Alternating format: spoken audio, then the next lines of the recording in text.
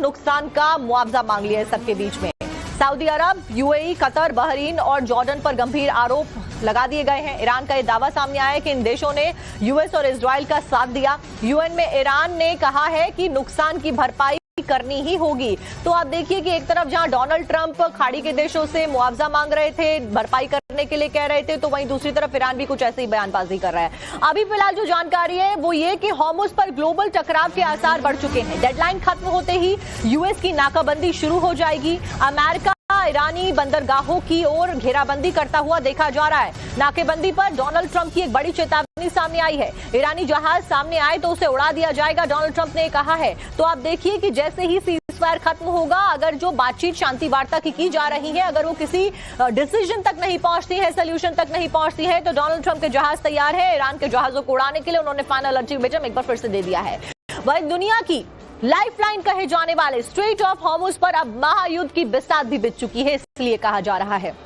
अमेरिकी नाकाबंदी को लेकर और क्या अहम खबर सामने आई है, आइए अब आपको वो भी ग्राफिक्स के जरिए बता देते हैं। तो हॉर्मुज़ पर तनाव बहुत ज्यादा बढ़ गया है और युद्ध के आसार इसी वजह से कहे जा रहे हैं और ज्यादा गहरा सकते हैं। स्ट्रेट ऑफ हॉर्मुज़ पर नियंत्रण को लेकर तनाव बढ़ा है। ईरान और अमेरिका के बीच में दोनों बयानबाजी कर रहे हैं। अमेरिका ने ईरानी बंदरगाहों की नाकेबंदी करना शुरू कर दिया है, यानी कि बाउंड्री यूएस के जो जहाज हैं, युद्धपोत हैं, उनकी देखी जा रही है। यूएस नेवी हाई अलर्ट पर देखी जा रही है। समुद्री निगरानी तेज कर दी गई है दोनों ओर से। सामने आने पर ईरानी जहाजों को उड़ाने का ऑर्डर डोनाल्ड ट्रंप ने अपनी नौसेना को दे दिया है। वहीं ईरानी जहाजों को बिना सूचना के उड़ा दिया जाएगा। डोनाल्ड ट्रंप ने यह भी कहा है, no final ultimatum will be given.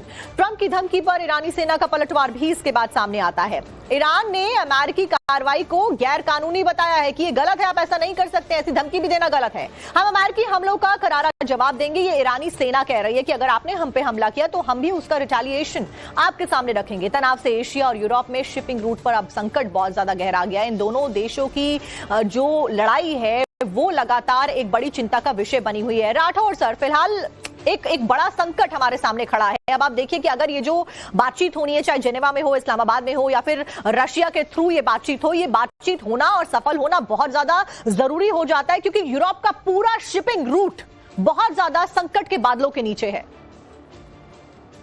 देखिए साक्षी, ये जगह पूरी दुनिया का 20% एनर्जी यहां से जाता है, तो इस संकट का तो कारण है ही है।